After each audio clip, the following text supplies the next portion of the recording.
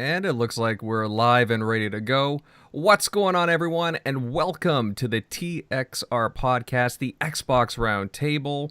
This is episode number 156, your favorite place on Sunday evenings for Xbox talk and always so much more. Of course, I'm your host, Invader, and we can't wait to get into all of the news from the past week. We got a look at the upcoming horror game Scorn, and of course some hints from Xbox head Phil Spencer regarding new ways to interact with Xbox content with game streaming. But first, let me introduce everyone on tonight's panel, and joining us tonight is one heck of a cool guy. He's a huge horror movie fan and an avid game lover, the host of the Gaming Beyond the Box podcast. Please welcome WilmyHood. Hey bud, how you been? Oh man, I just finished up Amnesia, and I am playing underwater. Underwater? I'm confused here. So wait, you're underwater? It's the name of the game. Oh, okay. It just came out today. I had a key for it. So underwater. Literally underwaters. Underwater. You got me curious, Wilmy. Obviously, it's a game underwater, but what kind of a game is that exactly? It's supposed to be scary, but basically, you're running around the ship, avoiding ghosts and trying not to drown. So it's a different take. So it's not bad. actually called Underwater. That's the name of the game. It is. Wow. I mean, because there's a lot of good underwater titles. There's there's the Subnautica game. There is the BioShock game, which is a very good title. Oh yeah. There's been some good underwater games in the history of video games. Only two that I can think of, Jeremy. No, there's a few other ones. Yeah. Mm-hmm. Well, it's my favorite time of the year, Halloween. Yeah, I was just going to ask you, is it because of October? Spooktober. Oh, yeah. So that's all year for me. Yeah. So what's the most scariest game, Wilmy, you've ever played? Visage. What's it called? Visage. Visage. Is that on console or PC? PC, but it's coming to console my God. Friday. I know which one you're talking about. Yeah, that game is pretty scary. Yeah, it's pretty realistic the way they set it up. Mm-hmm. Yeah, you would. I guarantee you wouldn't play that game Megatron with VR, with your VR headset on, buddy. You see, I would think that he was going to. So you mentioned VR. I was going to think of Resident Evil 7. Yeah. VR. I thought I was going to. I would bet that he was going to choose that, but then now I'm really because I can't even finish the game on my television, let alone VR. It's that good. They did such a great job with that. I can't even finish Resident Evil 7. I live in North Carolina. Mm-hmm. I'm on the beach. But when you drive 30 miles inland, I see those fuckers from that game. Oh, my God. Oh, my gosh. I know what he's talking about, too. That's scary. Wow. Well, that's... But yeah, Resident Evil didn't shake me that much. Yeah. All right. Pretty interesting. Yeah, no, I love this time of the year too. I love I'm a big I wouldn't call myself a horror buff, but I definitely love my scary movies, my scary games, and I'm all about that. Actually, I mean, since we're on the topic, Wilmy, have you been watching any really creepy movies lately as well? A few. The new ones just don't do it. So this time of the year, I go back through Halloween, Friday the 13th, Nightmare on Elm Street, Tales of Halloween, Trick or Treat. So there's a bunch. I remember as a kid, we used to stay over on Halloween. We used to stay over at people's houses and watch scary movies all night, and that's what we used to do on top of trick or treating. And I miss those days, man. We just got 5 or 10 buddies together, and we'd watch scary movies all night and stay up to the crack of dawn, and it was great. It was good times. Oh yeah. Yeah. If you were a kid in the 80s, yeah, it was a different world. Prime time. Oh yeah, definitely. The horror movies are back then were just, oh my gosh, Poltergeist, Freddy, That was a good one. Pumpkinhead. If you guys remember Pumpkinhead, Yes. Oh, yeah. Pumpkinhead. But what that gets me the most are the religious possession type The movies, Exorcist, and man. then That the was the movies about scariest being movie ever. chased. So I remember the last one that I saw that really scared the hell out of me. I was somewhere in Stroudsburg, PA, in some hotel at some convention I had to do, and I decided to watch The Haunting or something about Emily Rose or The Haunting of Emily The Rose. Haunting Yeah. of Emily Rose. Yeah. Scare the bejesus out of me. Like anything with possession and they just start walking funny and just like, oh my gosh, I can't handle it, man. And then they bend over backwards and did that spider crawl. Oh gosh, I still have not seen that. Oh, that was that Amityville? That's not Amityville. That's what movie The was that? Exorcist. With Spider called The Exorcist. I have not yet watched the remake because they added that in like late because the original showing she wasn't even crawling down the stairs like that. She was doing Right. everything with the cross. I'm not going to mention it, but the original version that I seen that wasn't happening. But I still to this day have not seen the director's cut, I guess, if you want to say. So when the director's cut came out in the movie theaters, I actually went to go see it in the movie theaters when it came out. Mhm. And yeah, I mean, Exorcist is one of the greats of all time. It's the scariest movie of all time, probably. It just depends. Well, I mean, some people who are very religious would actually say it's the most scariest scariest, scary movie of all time. But those who aren't say, hey, it didn't really scare me that much. But Well, it just depends. for me, The Exorcist, I love The Exorcist for a lot of different reasons, but to me, it's the sound. Not so much the visuals, but the sound is just very chilling to me whenever I would hear the little girl speak, and then there's this demon voice. I'm like, holy crap. A couple of years ago, interestingly enough, I was at Fan Expo in Toronto, and I was able to meet Linda Blair, and just a very, very nice woman. Actually, we got on the topic of like animal rights and stuff because she had a lot of donations for animals. She was really into she's really into like animal rights, and she was she was really talking poorly about the head of PETA to me, which is interesting. But yeah, we had just a really cool conversation because I'm like, what was it like with all that makeup on? Did it scare you? And she was like, yeah, it like freaked me out. And you read stories she was just on a it. kid. Yeah. You read stories on it. That's why in the sequel, like she didn't even wear any makeup or barely any because she was so traumatized about it. You've heard stories of the actual Exorcist when it was filming, and some of the stuff that went on, and the people who died, and just all kinds of crazy stuff that went on. See, I didn't even notice. I'm getting all freaked out. I'm grabbing my blanket. Yeah. But there's a lot of crazy stuff about it. Oh my god! But as far as the scariest games of all time, I would have to go with the Silent Hill series. To me, the Silent Hill series is the scariest franchise, scariest games of all time, in my opinion. And then you look at some of the newer ones. I thought Alien Isolation was super scary. Yes, definitely. For those who finished the game, I could say it's a great game. And it's got the perfect combination of this monster that we all have known and watched over the years. Speaking of 80s movies, and then the audio, because like you said, the audio really pulls you in. The first game that I played that scared the hell out of me, believe it or not, was Halo. When I got to the part where the flood was coming on, it was when we got to the level with the flood, and you hear just the sound start to change. And just you hear the flood just kind of squeamishing around. That freaked me out. And I was in the house by myself in the dark. So now we're talking about Halo. When the flood came out, it completely changed the way the game was played. It was almost like a different game when the flood came out. You went from fighting at the time, which was really good AI, which is the Covenant. And then it flipped, it turned on its, and then you fought the flood, and it completely changed the way the game was played. You went from somebody that was extremely aggressive, beating the Covenant, to someone was playing on defense, fighting the flood.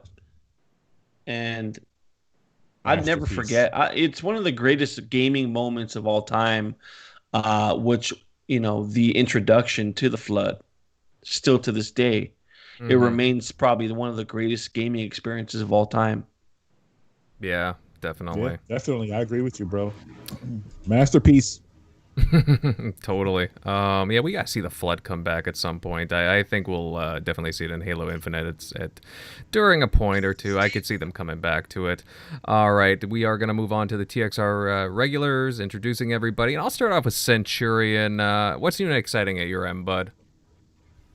Oh man, what isn't new and exciting? But I actually just started playing Watch Dogs 2. I'm actually having fun playing that so far. And ironically, hearing all this talk about like scary games recently, I have had the urge to want to go back and play the game you're showing gameplay for. Dead Space. Which one is this? Is this Dead Space 2 or 3? The first one, actually. This is the first one? I really got to play this game then, because I saw another human being walk by. I remember in the first game, you barely ever saw anybody. But wait a minute. You haven't played the original Dead Space. No, I played the original Dead Space. I bought it day one. Oh, okay. I bought it day one PS3, but I want to go back and actually play it on Xbox and whatnot. But for me, I unfriend you, man. Huh? I thought I was going to unfriend you. I was gonna unfriend me. Oh God, I'd have to unfriend me. No, actually, the funny part is Dead Space. I got free with Games for Gold, and it disappeared out of my digital library like a year ago. And I actually had to contact Xbox, and they had to get me the game back because it disappeared out of my account, and they couldn't explain why. But I wanted to play this game. That's why I wanted it back. And now that it's Halloween, I'm wanting to play it again. And we were talking about it last night. Me and PTK and Fuzzy on the Shop Podcast was the one thing that I really love about Dead Space, and this is what I love about horror, at least the preference on horror games that I play, because it kind of goes around Scorn, is I'm actually preferring horror games that don't give you a HUD system. Like, if you remember, in Dead Space, you have it going down his spine. You have to physically look at the gun to actually see how much ammo. And we're actually seeing that in Scorn, where they walk through the hallways and they see somebody and they stop for a second and look in the gun and see how many rounds they have, and then they go. I love horror games that are very, very, I guess what you would organic and interactive, like immersive. Yeah. Well, I was going to say immersive. You take that HUD away, it really kind of just makes things got more. I guess I say more realistic. Well, yeah. So. Well, it's kind of like in real life. To really know how many bullets you have in the gun, you don't just look in the corner. You have to physically look at the gun or open it up, and that's where certain horror games. I feel like that's where you will use Call of Duty, for example. They do zombie games. But, I mean, it's still a shooter. You look in the corner, you have the HUD display, everything is in front of you, where on some of these horror games, they make it to where you have to be really heavily immersed into the game just to kind of, know what, how much ammo you have, what your character can do. And even like with Dead Space, the idea of inventory management and all that. Like, are you bringing enough equipment with you before you go out? I can't handle it, man. Give me my loading screens, and I need time to think if I'm being chased. So I don't skip the real life part for me. Well, another thing that Dead Space did right is it wasn't just, hang on, let me save my game, pause and save. Yeah. You had to physically find the save nodes in the walls. Yeah. Yes. Those were them days. Yeah, no, absolutely. And moving on here, Jeremy. How you doing at your end? Have you finished digging yourself out of the early winter at your end? It's been cold here, man. -1 today. It was cold. I was freezing my balls off. Yeah. -1.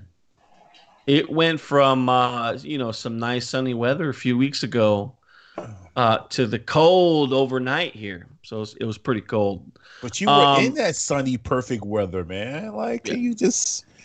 I mean, it's a beautiful country out there in where you are at now in Montana. But man, those palm trees and great food. I was going to say Antarctica. That's Cali the only thing. Yeah, that's the only thing I really miss in Los Angeles is the food. That's pretty much the only thing. The week was good. Thank you, Invader. Looking forward to this next. Next week, 2 weeks actually. We got the launch coming up, but before that, we got an election we got to do, and the rest is history, buddy.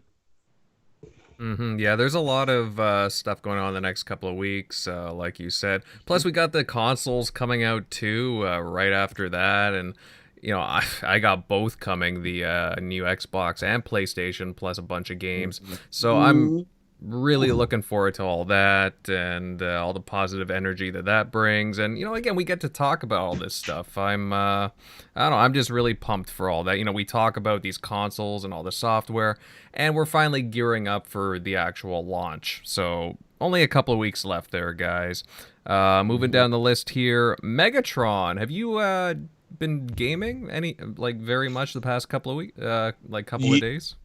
Well, yeah, as of, I guess, 8 o'clock my time Eastern, I was gaming. I had the pleasure of hanging out with my great friend Paris Locke.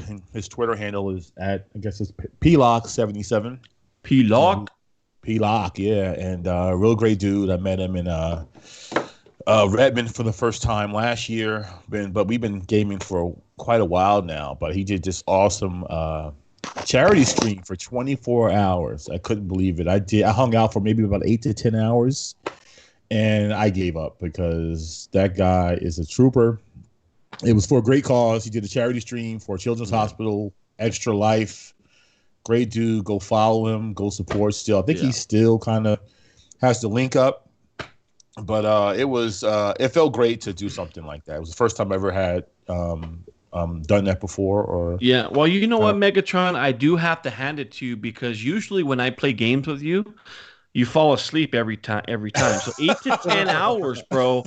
8 to 10 hours is really good for you. I'm very proud of you, actually. That man is telling the truth. He is not lying, because I don't care who's in the party, executives or not, I will snore. But I had to tell you, the secret to that was I was ready. I had my snacks ready. Did all my stuff I had to do for the house, and I took a nap, and I was just, to go that long, I want to say yeah. And we played what did we play? We played the Jackbox games, which was fun, extremely fun. I haven't done that. And I was using my phone and a television. We played, then I jumped off for a bit, then they started playing Minecraft Dungeons. Then it went to Destiny 2 for quite a bit. And then we started playing Rocket League. And I forgot how fun Rocket League was. We had a blast. We got our second win, or at least my second win at Rocket League at probably like 3:30 in the morning, my time. Yeah, so your adrenaline definitely goes when you play Rocket League. Oh my God. That game got a boost from free to play. So, it was not that the numbers were dwindling, but as soon as it became free to play, numbers increased exponentially. It's very, yeah. Yeah, it was fun. It was a good time. And then they continued to play, I think, some other horror games. I don't even remember at this point because I was so tired. I slept, woke up. He was still streaming. I thought for sure that he was going to just kind of maybe like pause the stream and then carry on. He did with a number of people, by the way, but he still stayed on the entire time. And again, like, shout out to Paris, great cause, Extra Life, good dude, man. Everybody check him out, man. It was an awesome experience. I encourage more people to do that. Us you content creators, to donate, for good cause. It just feels great. It really kind of warms the heart, especially what's going on with 2020. So, yeah. What was the final tally on the donations? I do not know. I have to ask him. I'll ask him and see if he wants to tweet it out or not. But I'll let you know, the DMs definitely. But I think they put numbers, so we'll see. Good. So yeah. All right, and just a heads up, guys.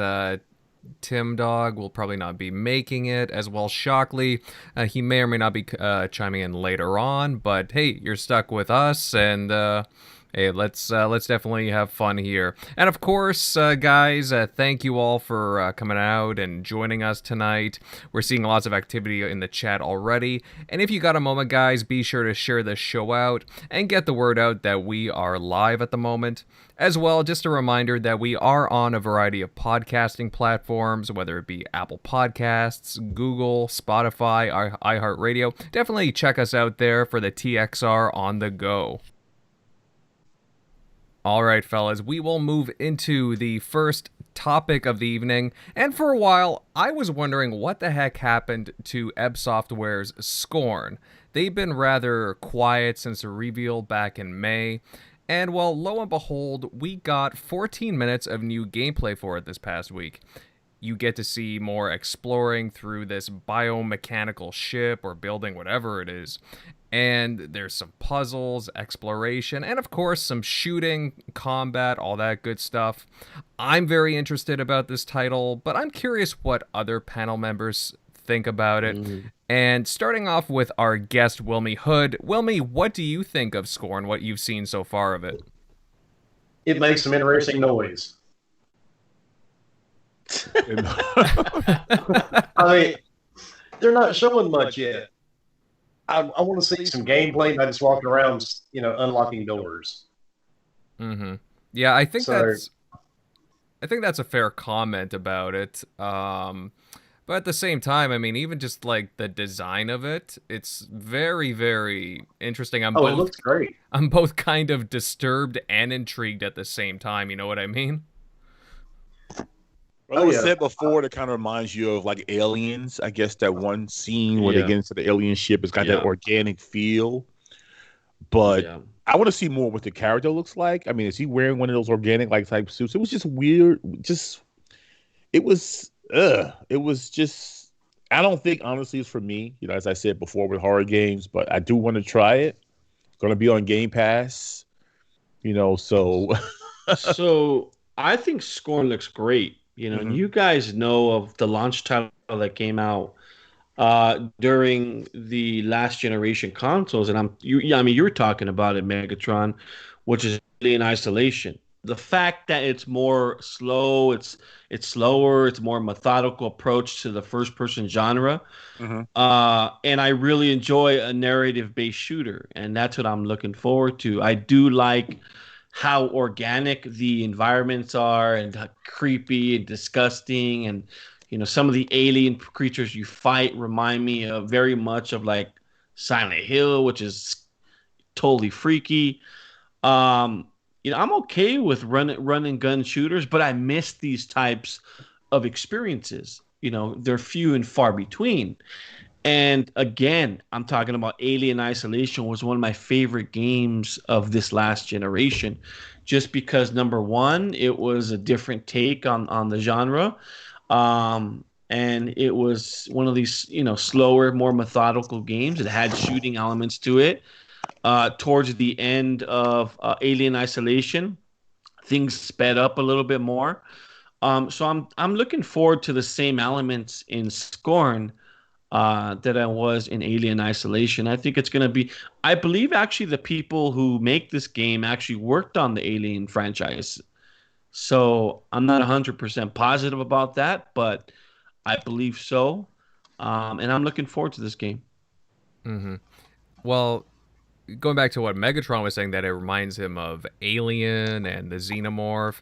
The game's art direction, it's actually inspired by H.R. Geiger, and that's he was an artist, and he's actually the designer of the iconic Xenomorphs and many more of the he helped do the first movie for he helped sketch out what the alien craft should look like, the inside of it, like the xenomorphs growing and the eggs on, it all came from his mind. Yeah. So that makes sense. Yeah, that makes sense. They were inspired by him, and they're using more than just his drawings for Alien. They're using the guy who did Alien, he was an artist, and they got him because of the imaginary things he could do to do that. Mm-hmm. And when you actually go look at his other art, it goes way beyond than just Alien. They were inspired by H.R. Geiger as a whole, as an artist, to create this game. I'll tell you what, though, I do like how the shooting mechanics are very slow, which creates a kind of tension in the game. From the gameplay that I've seen personally, I like that element. Like I said, I do like the environments that you're in, whether it's an alien ship. I'm not sure. Did they talk about some of the story elements, or whether or not it's on an alien ship or it's on a different world? It's still hard to tell. I haven't heard them say anything yet. It's just more just a video. It was a first person view, and you really couldn't see the character himself. You don't know no one knows what the storyline is yet. I don't think. So, I've watched the original gameplay release a couple times. I watched this one. The original gameplay release, in the beginning of the trailer, it showed them like over a sweeping alien landscape that had like all these little things kind of moving back and forth, and then they went into like some kind of like hole in the ground. Now, whether the hole was like a vent or a crashed ship that was in the ground, I don't know. But it seemed like whatever they were like exploring around was under the ground. So I don't know. That was the way it looked in the first gameplay. I've been trying to figure out this game for a while. I'll just say that. Yeah, it definitely looks intriguing for sure. Mm-hmm. Yeah, because you did a video, going back a few months back, Centurion, about the game, because you were really curious about it. As soon as it hit in, it was June. It was the first, it was pretty much the first digital event, and Xbox kind of did it for Jeff Keighley's Summer of Games. Remember, E3 was canceled. Everybody thought what we were going to do, and Xbox went first, and they did that event where they just kind of showed off independent developers, and Scorn was one of them. And that's where I dug into it, and I've found a lot of stuff. They've been very open on their Kickstarter page. There is going to be some puzzles. They've shown, at least on their Kickstarter page, some designs for some of the interactive puzzles that they wanted to create in the game. They show like arms like decaying and then becoming healthy. In my opinion, that makes it look like the character itself, that you pretty much have to, I guess, keep an eye on the character, because you have to look at the physical state of your character to know their health. Because you always see them stopping in any gameplay. They always stop and put some weird orbed object into their wrist. I did see that. So something's going on with that. And I mean, like, if you go on their Kickstarter page, they show a lot of the concept stuff they've been designing. But the game was originally supposed to be a 2-part game. You were supposed to get it in 2 parts. You were supposed to get the first half, which was supposed to be built by a Kickstarter. And then depending on the success of the first game, they were hoping to fund the second game. And then if you go into the statements made by one of the developers, air quotation marks, mysterious benefactor decided to drop a large cash sum into the game, allowing them to not only build the game the way they wanted to, but also make it as a complete package with both halves of the game together as one. Now, did we get a release date on this game? Sometime in 2021. That's all I've heard. Yeah. Okay. It's still kind of fuzzy. Like, I'm speculating myself that we might see it early 2021, maybe March, April. That's just my guessing. I mean, of course, this would be a perfect like October game, but I can't see them postponing the game that long. I get more of a feeling that this is going to be an earlier, like within the first 4 or 5 months title, and we'll eventually see more gameplay about it and more marketing like into the new year. But the jury's still out. But what we do know, I mean, it's Xbox exclusive, console exclusive, and it's being promoted heavily for Xbox Game Pass. And it's just a very interesting title, because I didn't expect Xbox to pick up a horror game like this. It's a very different, unusual title, and I'm just glad to see them picking up games like this for the variety in their portfolio. Yeah, if you look at last generation with the Xbox One, they're definitely missing it in their portfolio for sure. Which is why you see developers like Ninja Theory create a game such as Project Mara. I don't know the official name for it yet, but it's definitely filling a hole that is so desperately needed and wanted. In today's, with the graphics and stuff like that, it just opens to the doors to, different gameplay experiences, as well as, just in general, just different experiences in general. So. It really sucks that this game is kind of like, I guess, what would you guys call it? Like a AA? You wouldn't, or would you call it like full independent? Yeah, you could call it a. I haven't seen enough of the game to define Really, it. no, but that's, I mean, double A at best. We'll just say that. Yeah.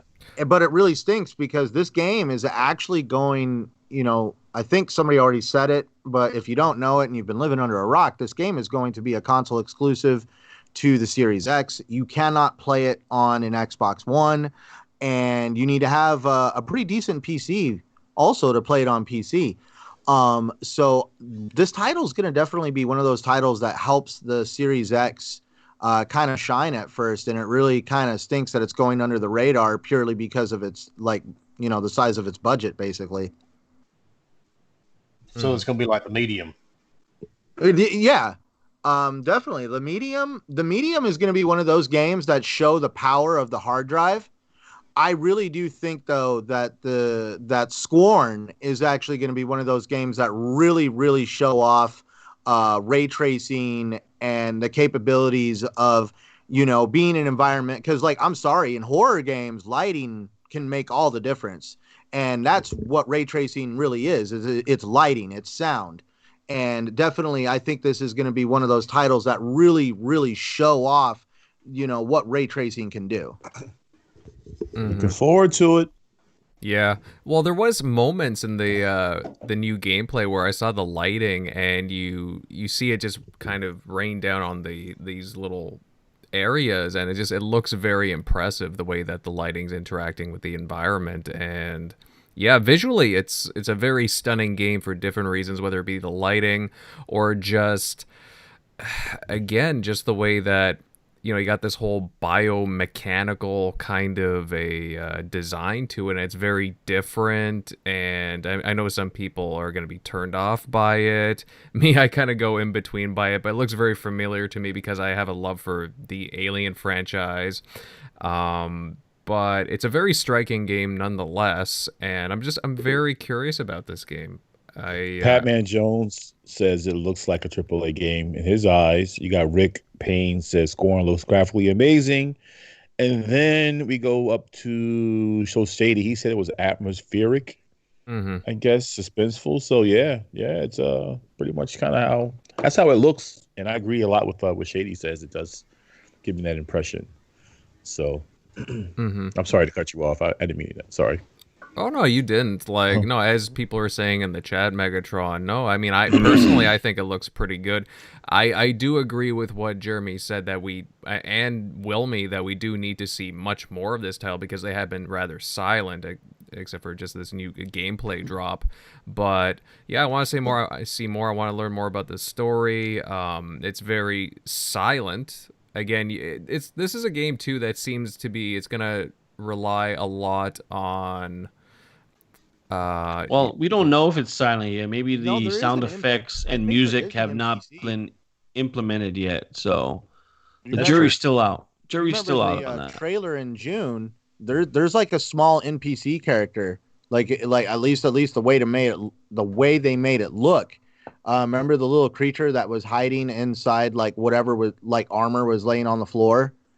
Yeah, like, it basically slowly comes out throughout the trailer. And I've seen some references in some of the stuff I've read that's an actual like character in the game. Oh my gosh, I'm creeped out. All of this is chilly in the air, and I mean, it's kind of cool, but I'm just all this creepy talk, man. Just Megatron, come on, man. You get scared of the skeletons. You get scared of the skeletons and Sea of Thieves, buddy. Come on. Oh God, that's terrible. It makes me think of that haunted hotel Tim stayed in L.A. And that creeped me out, man. I was freaking him out that whole time. I was saying, dude, you're staying in a creepy hotel, right? It's haunted. It's haunted. Did you hear that? He was really getting freaked out. Yeah, no, I was getting freaked out. Hey, I wanted to at least defend Megatron in saying that the skeletons in Sea of Thieves, when they got one of them bright red barrels, hell yeah, I run like hell. Dude, I mean, like, people scatter when one of those dudes are running around. It's true. It really is true. Those things are bloody deadly when they run towards you. You're running like, oh yeah. Everybody goes charging in like freaking Rambo, and then you see everybody come running back because the one skeleton with the barrel was right there. Yeah. My son would freak out with those skeletons when they came out of the ground. He's like, "They're coming, Dad! Run! They're going to get you." I used to feel so bad for him when I used to watch you play that game, but now he's like a champ. He's probably got more hours than that game than me, Jeremy. I'll say it before you do. So like 4 hours. Well, I'll say this too. Invader, it's been a slow. I thought it was going to be a heavy news week. It's been a slow news week for Xbox. What's going on? You know why? Yeah. Because every Monday or Tuesday you want some acquisition news, and it just kind of kills everything else. That's what I think it is. I just like okay, so everybody's coming off that Bethesda high. Yeah, they want New Zealand. You know that already. Yeah, right. That's the new thing. They bought an entire country, right? But we were getting some nice news like for at least 6 months straight. Mm-hmm. It was nothing but just heavy topics.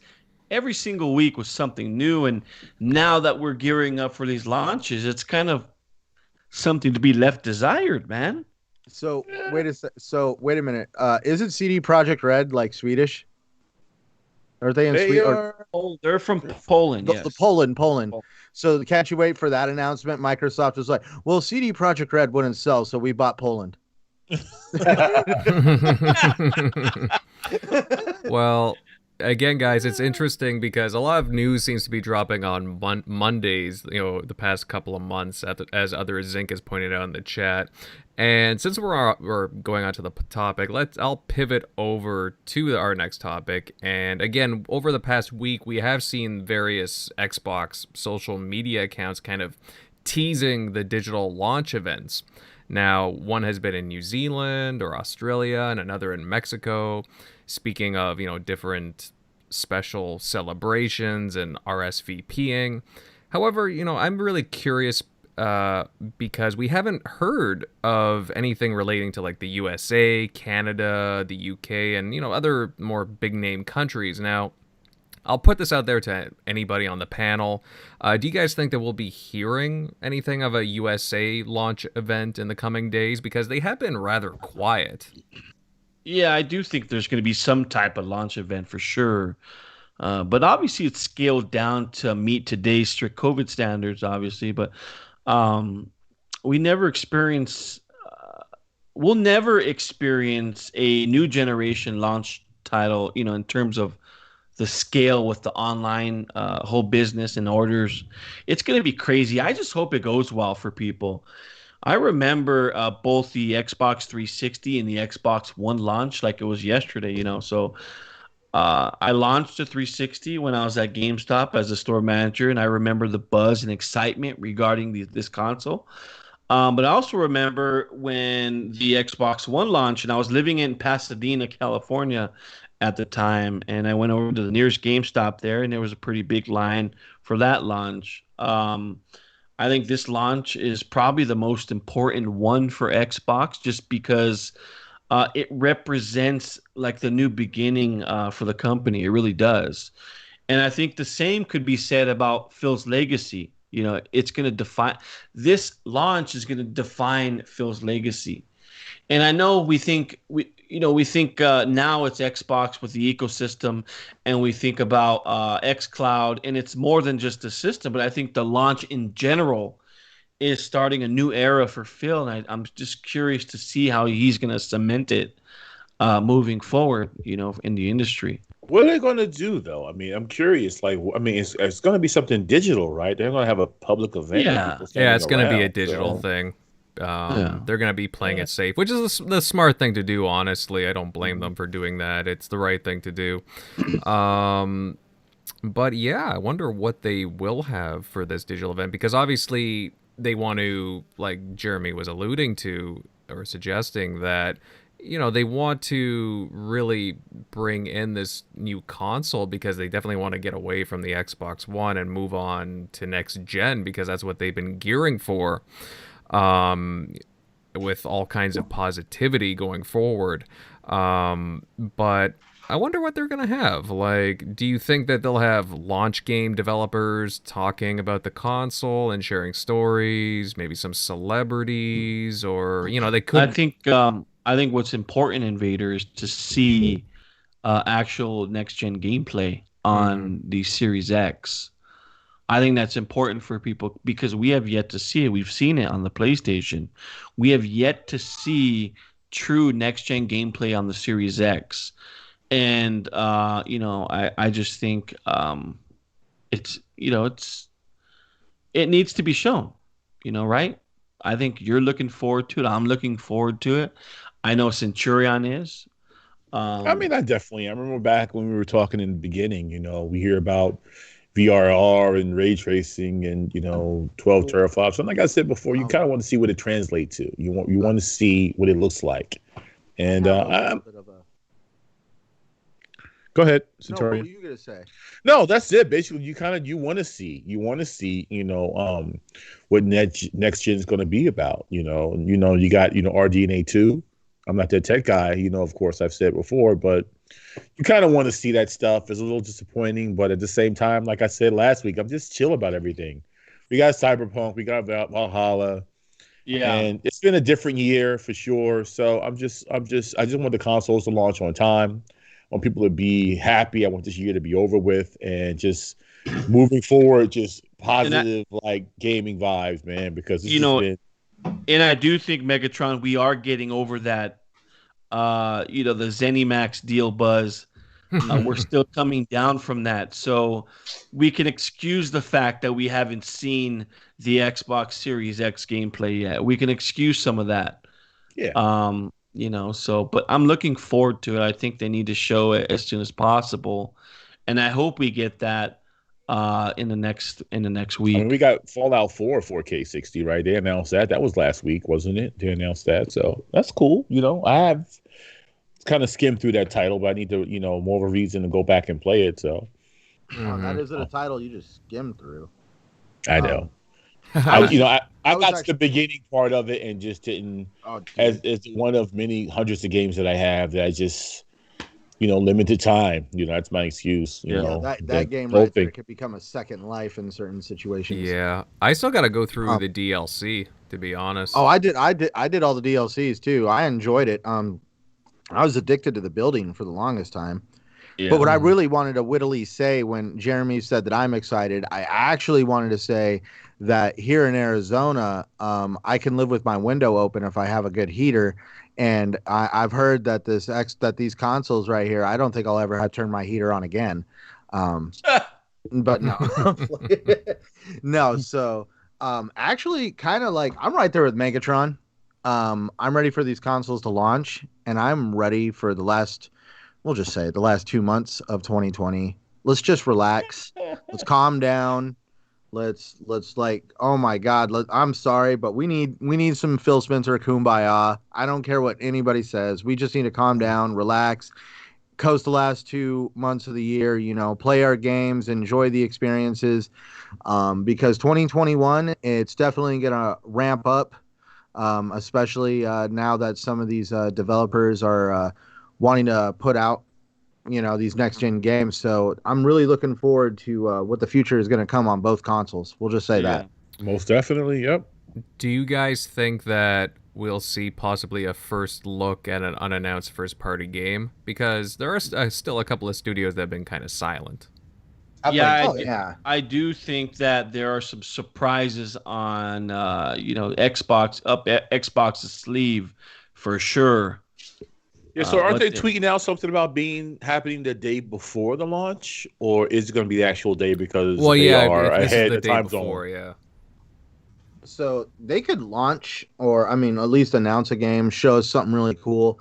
But we also have to keep in mind in December we have the Video Game Awards, and we saw we saw last year Phil Spencer came out and basically generously put the microphone down on the stage. For all we know, this year he's going to come through and literally drop that thing through the floor with something. We don't know. So we'll see. Yeah. It's just one of those things because I think a lot of people are really curious about what the initiative are working on. And supposedly, again, a couple of days ago, there was some kind of leaks going on about the event. I don't know. I don't really put much faith in the majority of the leaks, but generally, I think a lot of people would love to see or just some kind of a tease as to what the initiative is working on. Yeah. Hey, but since someone brought up the Game Awards, what the hell happened to Jeff Keighley's Game Fest? Did anybody know about that? Yeah, I remember. It kind of disappeared, I think. Yeah, what happened to that? It just went away. I think the last event was supposed to be like August. Sometime in August. But the way he presented it was this year of gaming and news every month and news every 3 weeks. I'm just saying, but he called it the Summer Game Fest, and that's like a 3-month period of time. I don't know. I knew they showed a few indie games, and that was about all I saw from it. I didn't see anything else. What a fraud! Well, it's kind of weird. He called the X. Basically, he was trying to say Summer of Games, and basically, I think he was just trying to piggyback off of some of the events that some of these publishers, developers, and hardware manufacturers were all planning to do, and I think he was just trying to kind of throw his stuff in the mix and somehow be like, oh, this all Jeff Keighley, and it's like, there would have been some events without Jeff Keighley doing this. Well, I mean, in all fairness, wasn't there another company that claimed they were going to have hundreds of events since E3 was canceled? What was the name of that company? And Centurion, I know that's your theory, Centurion, but I think he was hanging out with Kojima too much, to be honest. I mean, you know what? You're absolutely right, Downer. I'm always right. See the light. You have made me keep it real. I can't argue with that. They probably sat there on the couch staring at that baby in a jar together. I still have that. What's wrong with that, dude? I've got that baby in a jar behind my head on a shelf. I didn't say there was nothing wrong with that. I'm just saying that's probably what they did. I still have that unopened right next to me, actually. I have my collector's edition too, as well, unopened. So I don't know. I was hoping to resell it, but the game didn't do too well. The game didn't do too well in the review category, but it looked gorgeous, I have to say. So I'm still going to play it. The Antique Video Game Collectibles Roadshow. Oh, you have one of these things. That's great. Oh man, I'll never get over that baby in a bottle. I mean, hey, kudos to you, Wilmy, and whoever got the collector's edition for that. I bet it looks a lot cooler. Remember the article that came out that Kojima tried taking one of those things through airport security? Yes. You know what it really was, right? It was basically a training version of what it's like for a man to be pregnant. So you can carry that with you and experience what a woman goes through. I mean, I don't have a vagina, but I don't think it's quite the same thing, but okay, we can run with that. Yeah. Well, hey, I could always watch. Have you ever seen Junior with Arnold Schwarzenegger? If it's a boy, Junior. If it's a girl, Junior. That's Jeremy's take, I guess. Jeremy, did you ever finish that, by the way? I did not. I'm like 70% done with it. I don't believe you, bro. Yeah. We should put up some Kojima Death Stranding gameplay next show. Just thank God I'm not going to be a guest. Well, I'm not looking forward to you falling asleep, snoring live on air. So, well, that game in particular, in my taste, I probably would fall asleep. How about you? Know, I really tried to get into it, and I was on board until I had to start making bombs out of feces. And at that point, I'm like, you know what? I'm over it. Yeah, I really enjoyed the game. I thought it was a great game with a great narrative. I really liked it. So it's honestly, listen, like we can joke about this, but honestly, though, the game looks gorgeous. Yeah, I don't think per se everything about it that I like, but I still have yet to play it, so I'm not going to judge yet. But I do kind of like that people are creative like that and he made the game the way he wanted to make the game. Now, Megatron, are you drunk already? Not yet, but I'm getting there. Oh, because first of all, Tim was drunk last week. Now you're drunk this week. You guys, wait a minute. Come on. Wait a minute. When is Tim Dog not drunk? What did I say? That's spilling the beans I don't know. It just sounds like you're kind of slurring your words and like Tim last week, he was almost incoherent. Kind of like I sound like every podcast, but you guys had an excuse, and you guys were actually drinking I'm like you slurring are my now. words. Chat. Do I sound slurish? Let me know. Maybe. I don't know. I don't believe you, Jerry. I need to rely on the people that are watching. I don't know. Chat, Yeah, one or two in the chat if Megatron sounds crunk. One for yes, two for no. Yeah. Oh man. Oh my gosh. Or Anyway. let us know if you think Jeremy's off his rocker. But anyways, speaking This about podcast has fallen off the rails, buddy. But speaking of guys about events, I don't know if did any of you guys, I know we had talked about it a bit a few days ago. Did any of you guys get in on the Digital Fan Fest? Because Well, I wanted to go in and say that's what Xbox is going to do for their next event. Is they're going to have another trivia event. well, yeah, because that was kind of rough, to be honest. I was into it. I signed up. I got the email back. I went to log into it. It told me I wasn't approved. I said, okay, well. I signed up. I got my stuff. I got home. I was like, oh, I got here 15 minutes early. And then you get there because it even says, be prompt, sign in with your phone, do this, do that. And then you get to the show and they spent the next 15 minutes letting everybody file in. You're like, well, if I would have known this, I wouldn't have been in a rush. And then all of a sudden, we're getting the game started and like 3 minutes goes by. It's like, so the game broke and we're trying to fix it. So I totally forgot about FanFest, the Digital FanFest. I was so consumed on what was going on in terms of politics, I just totally forgot about it. I was like, ugh. Then you would have been better off going to the Fan Fest. Yeah, you're probably right. Mm-hmm. Same effect. Well, yeah, Confusion. because actually, we all walked away with $10 coupons and $5. Ooh. I couldn't get in. You know what? I mean, at least it's they raised the price of games, so there you go. Mm. Did they? What are you talking about, bro? Well, it's a $10 off coupon for a Razer Kishi. I actually do think I'm going to use mine. And then they gave everybody like 5,000 Microsoft points. That's awesome. A whole $5. All right, cool. Well, I'm actually kind of curious now, though. Like, you got to remember, they were going to like raffle off the whole point of this whole event was to win a Series X. So now we have a Series X that they're kind of going to be like, well, what do we do with this thing? So I really do see them doing another event or something.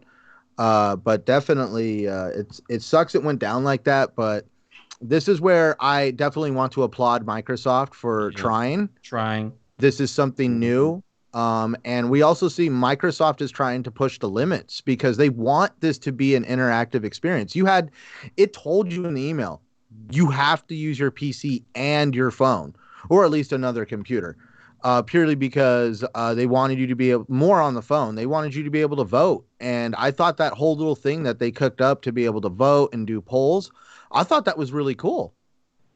Mm-hmm. Yeah. Only it was a small kind of a hitch because a lot of people couldn't get in. I couldn't get in, so I was still excited for it. But you know what? I mean, at this point, though, what would you rather have? Because I already know I'm getting an Xbox, more than one Xbox Series X, and probably an S at some point.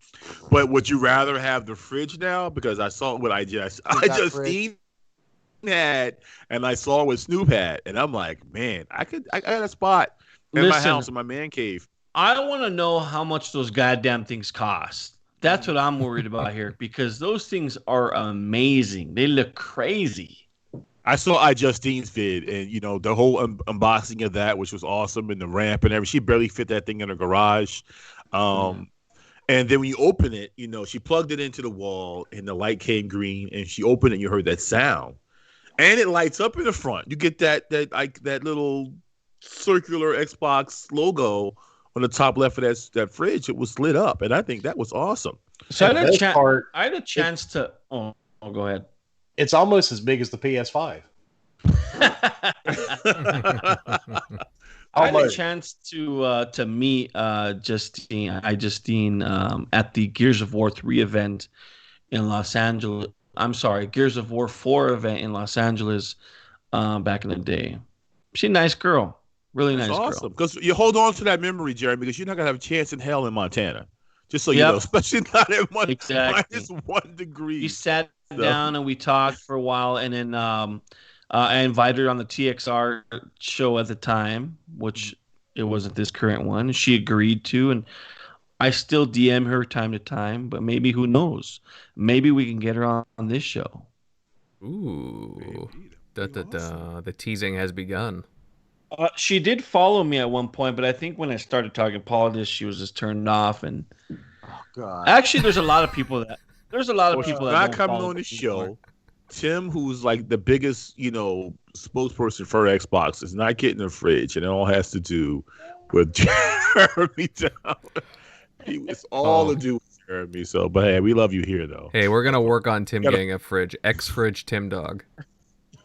I saw that tweet there. How would everybody feel if you went on the Microsoft store, or on your Xbox under the Xbox store, and under hardware or accessories, you kind of could buy an Xbox Series X fridge and have it dropped off at your house? I think I would pass. Yeah, I tell you one, I wouldn't pay for that freight, no doubt. The freight would cost as much as the fridge. I mean, an object like that shouldn't cost more than $500 to freight. I'm a gamer. You can take that shit a little too far there. That'd be a little odd. Unless they make a stove and a microwave and a dishwasher. No. Wilmy wants the kitchen. He wants a matching set. Yeah, I mean, you gotta have it all match. Oh my god! Could you? Now we gotta pull for you got the matching kitchen set for Xbox. We got to pull for Tim to get that fridge, and then Aaron Greenberg to come over his house in that Snuggie, in that one-piece Snuggie that he wore, and just drop it on Tim. I think that's what needs to happen. Drop it on Tim or drop it behind? Drop it off or drop it on him? Sorry, let me rephrase my wording. Drop it off. Okay. At his home. I was gonna be like, so you want him to drop a fridge on Tim? Mm-hmm. Definitely. Now, guys, during the FanFest digital event for the fans, there was a few interviews that were going on, and towards the end, Phil Spencer came on. He did a long chat. I tuned out after that. I had to go to bed, but he hinted about possibly getting the old 360 game 1 versus 100 back. What do you guys think about possibly the return of 1 versus 100, or at least a similar style game to the Xbox systems? I think, it's what the Xbox 360 did was revolutionary in a sense. And I think, was it on the Xbox One also? I don't remember. Anyway, it's 360, I think. Yeah, 360. It was way ahead of its time. I think now with the just the climate we're in right now with COVID and stuff like that, I think it'd be huge because not only will they have, you can broadcast it live over, YouTube and Twitch, and you'll have so many people just gravitate towards it. And you can just it opens up the doors to so many possibilities, whether it's giveaways, whether it's more people interacting, whether it's families interacting. I'm all for it. I'm trying to remember how it went. It was it wasn't a daily thing. It was like a once a week or once a month. How did it go? I think it was like a once a week thing, right? Or was it in a time slot? It had a time slot. And I'm trying to, and I think it was I don't remember the day of the week, but it was once a week. And I tried to participate, but I never did, man. I just missed out. So I kind of want them to bring it back just for that reason. Yeah, but then at the same time, it didn't last long, though, right? Did it finish? So it came out the first year of the 360's launch, right? No, it didn't last long, but it was just so way ahead of its time.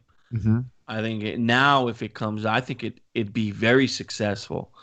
I think it'd be it'd be extremely beneficial for Xbox to do something like that. So when I first saw that the new avatars were coming back, I thought that we were gonna get some kind of avatar games to go along with the new avatars, the newly updated ones.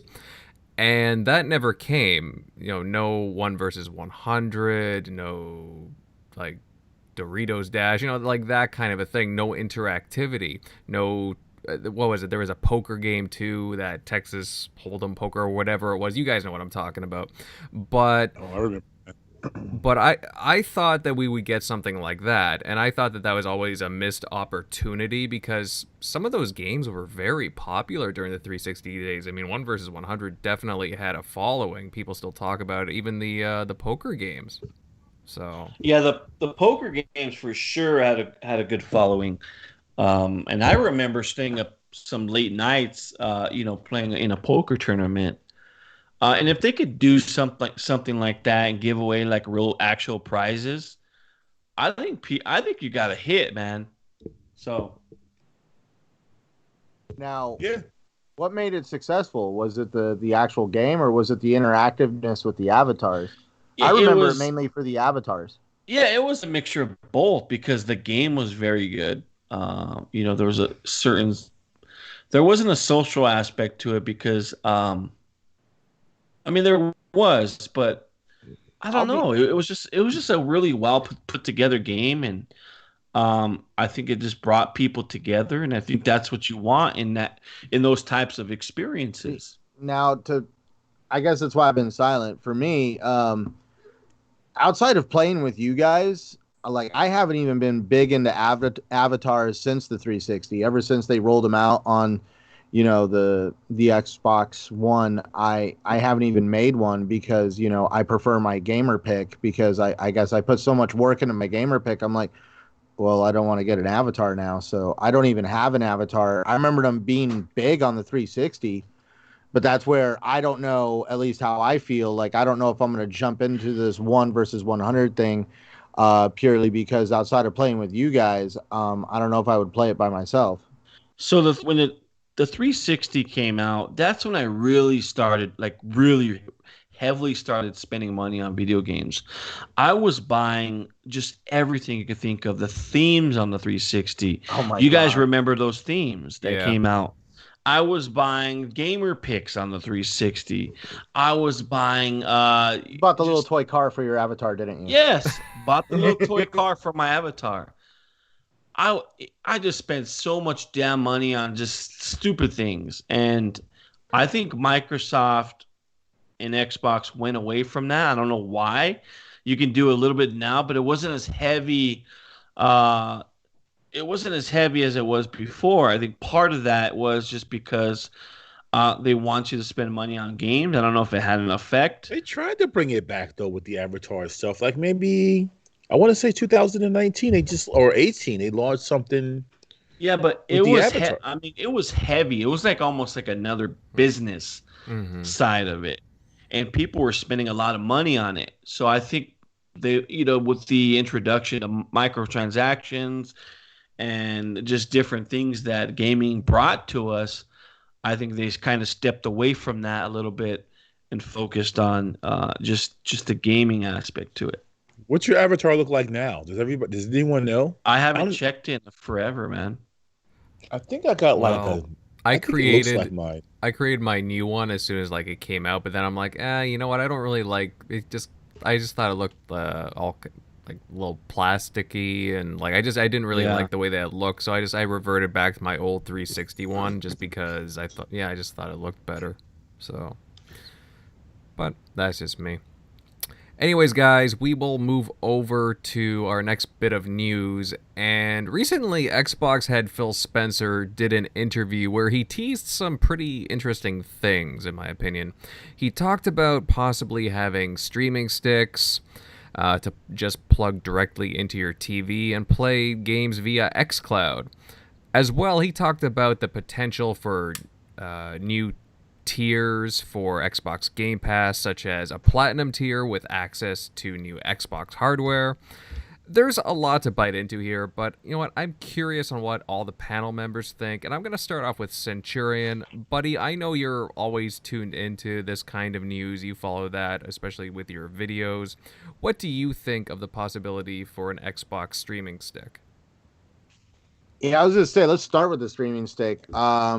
This has been something that honestly, the myth, the legend, the Xbox streaming stick is back once again. I remember when everybody said that Xbox was cooking up some kind of a device that would kind of end, I guess, the consoles. Basically, once this comes out, consoles will be no more. Well, at the very least, it's nice to see that he's talking about it. It's nice to see that he's wanting it to be something like a stick and not a box. That means they aren't trying to replace the console. They're trying to create something for individuals who are actually going to be using the xCloud or other game streaming ways. They're wanting to basically use this as their main way of consumption of video games. And so the streaming stick is a great avenue. They don't have to have this huge output of money to go buy a console or something. They can just get a streaming stick and just play on their TV at home. I don't know. Small little kind of plug for myself, but I don't know if you checked out my video, but Downer was the one that kind of gave me the idea to actually start playing around with it, because he said he was doing it on his Razer Kishi with what kind of phone? An S20, Galaxy S20. Yeah, S20. And I was just like, all I've got is a Note 9, but I still wanted to see if I could do it. And it was actually kind of interesting to be playing a full-fledged game on your television with technically no console involved. This would be also great for individuals on the go, especially with all this talk about everybody wanting to go hang out at Jeremy's in Montana. We're obviously all going to have to pack consoles. I don't think we're all going to be sharing the same Xbox. I don't think that's going to work. I don't know. I'm not a techie, so I don't know all the ins and outs of why they would want to do a stick as opposed to just the application. I'm assuming it's due to just bandwidth issues. So, I'm not trying to interrupt. We all know this application is probably more than likely going to pop up on Samsung televisions, but let's television. You think Sony's going to let Game Pass app on a television?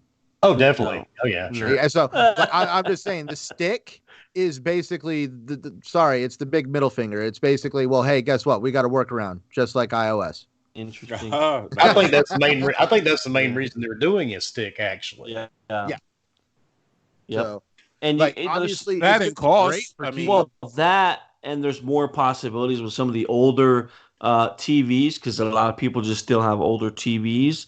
They can just use the stick, and just do something that way, as opposed to using an application, because a lot of people don't have the luxury of just downloading the application. Well, especially on later model televisions, we're talking about, we're going to need some TVs that have some pretty good processing power. Otherwise, you're going to have to give that to them with the stick. Oh my God. Everyone's saying the stick. The stick. I hope they have a better name than the stick. Well, it's either the stick or the dongle. How about the X stick? Xbox dongle. The X. I think I'd rather hear the stick than the dongle. The dongle. You drop that in the dongle is definitely a head turner of a word. They won't use the stick. Hey, Centurion, what did you do with my dongle?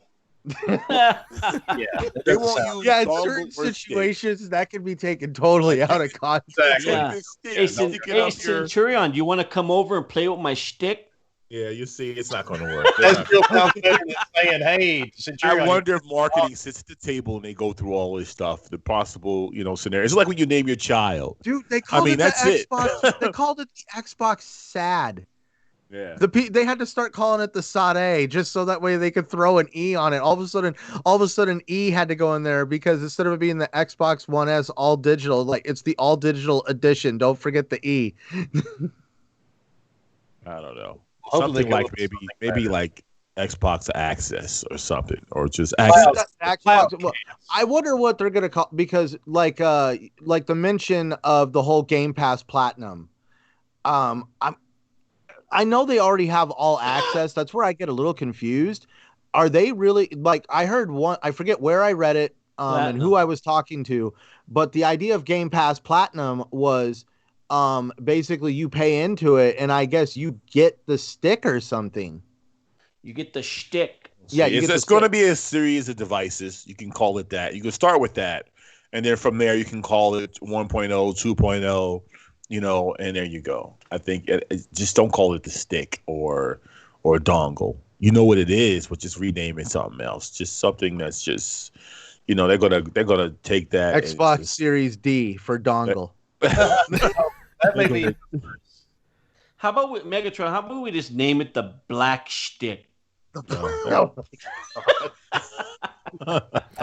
Oh boy. The views and opinions of Jerry Downer do not represent the views and opinions of their. But this stick, guys, does it seem like a natural step with their ecosystem? Because considering they've spoken years ago about wanting to reach billions of users, so I mean, to me, this just seems like something. It makes sense. Yeah. It's accessibility, different ways to get access to the games you want to play, whether it's on your television, we say it again, or your phone. Maybe mom's not going to give. Maybe you only got one cell phone in the house or two cell phones, and no one's going to give it up, so you can play your video games on. But you got this little, Dongle. dongle or stick for now. That's rumored because we don't know for sure if it's the case, but it's just probably something they're thinking about. But it's just another way for you to play your games, man. You got your Bluetooth controller, you got your stick, that's it. Hey, you know what? We gotta sell it for $100. You sell that for $100. You can stream your games. You got access to everything, and you got Xbox, Game Pass. It's a win. So okay. So right now, from this day forward, we actually need to go back and look at the interview done on the Xbox Fan Fest. But we all need to start figuring out where Phil Spencer is going to Easter egg this shtick into the video frame somewhere. Hey, crazy geek dude calls it Xbox Pocket. So that's not a bad Xbox Micro.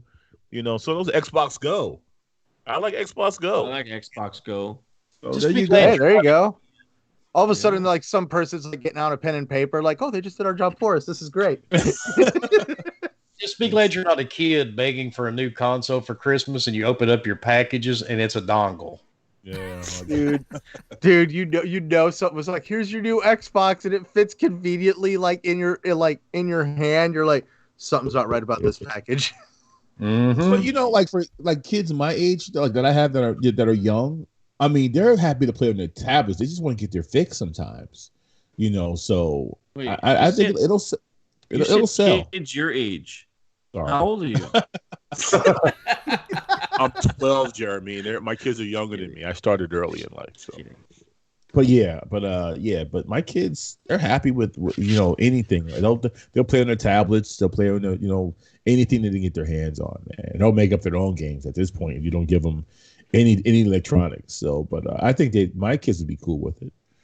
They're going to have Series X's, of course, but it's just they just that accessibility. That's what sells. And instead of bringing the entire console to a hotel, and worrying about your kids draining your battery on your phone, you just stick this little thing, stick on side of your the television, the hotel. Yeah. Get access to the Wi-Fi. Tell you one thing: if I'm visiting a hotel, I'm not playing no black stick. I'll tell you that. You visit a motel, you can play with your dongle. Well, I don't know. Motels. I don't know, Downer. You could be in my situation where you took your wife out for dinner and her birthday at a nice casino hotel, and she had one glass of wine too many and actually fell asleep when we went back to the room. So I was glad that I had my Roku stick so I could sit there and watch some movies in the hotel while she slept. Oh, you really wanted somebody to play with a dongle that night. Yeah, I got you. Okay. I wanted to be part of my dongle, not some other dongle. Actually, all right. If you wanted me to be truthful, I was looking forward to probably sitting in, having a drink with my wife, hitting a couple slots, and we had dinner. Somebody in the chat, whip up after the show's done. Whip up like some kind of an image and like post it after the show with like Xbox dongle or Xbox Go. Invader, let me ask you the question: what does a Canadian dongle look like? Oh my God! Mr. 100 said. Well, my good friend Mr. 100 said Xbox Anywhere. I like that name too. We'll just ignore that last one. I'm trying to eat my lobster dip, and you're grossing me out, man. Now you're making me drink. Well, it's a shape of a hockey stick, Jeremy, but like a miniature hockey stick, but it has like plaid of a lumberjack on it. So there. Oh my gosh! God. It's girthy like a tree. You what got that in the right, hell buddy. just happened with the show tonight?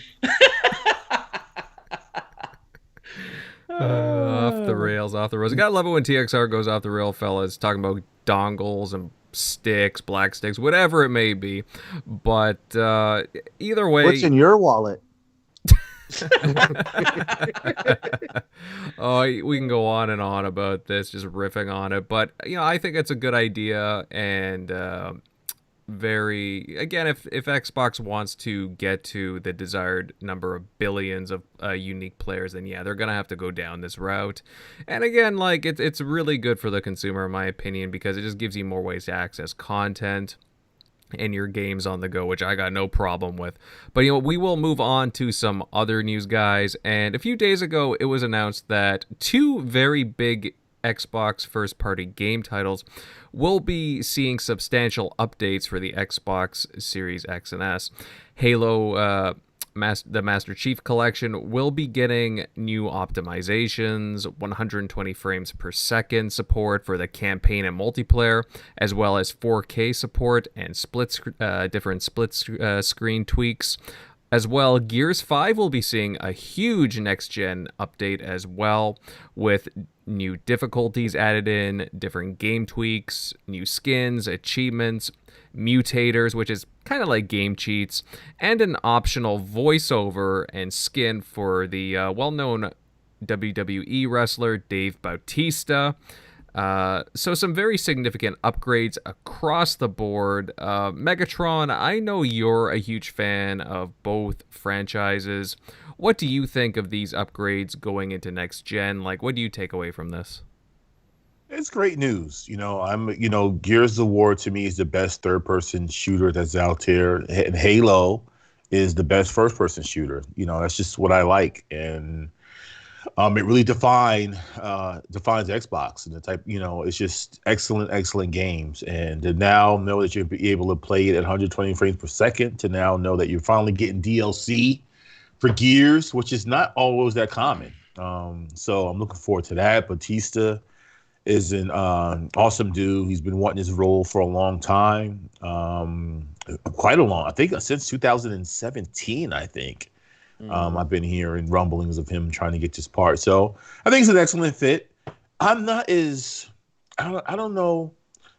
hyped as I feel like I normally would be. I just more kind of expect it.